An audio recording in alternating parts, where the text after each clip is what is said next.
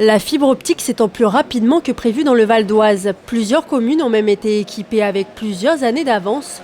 Enghien-les-Bains, première ville du département à avoir été totalement fibrée il y a un an, vient d'être suivie par Hermont, raccordé 3 ans plus tôt que prévu, et Éragny-sur-Oise avec 2 ans d'avance.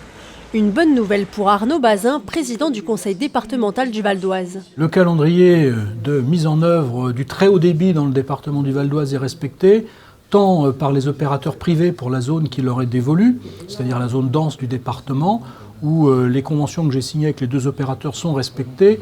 On peut même constater une certaine avance de déploiement par rapport à ce qui était prévu. On en est à plus de 120 000 abonnés raccordables, ce qui est tout à fait considérable. Les opérateurs privés Orange et SFR ont choisi de déployer la fibre dans les zones les plus denses, représentant 2/3 des foyers du département, avec plus de 380 000 logements à charge.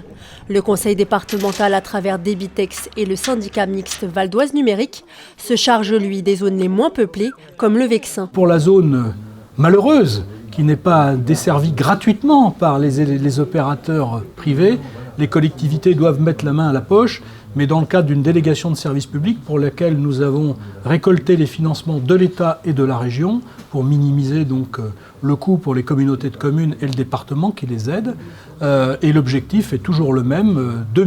En 2020, tous les foyers départementaux devront être raccordés au très haut débit par la fibre optique, la technologie FTTH, ce qui se fait de mieux aujourd'hui. 2 autres villes, Aubonne et Montmorency, devraient être totalement fibrées en 2016. Au total, 520 000 logements seront raccordés au très haut débit dans tout le département.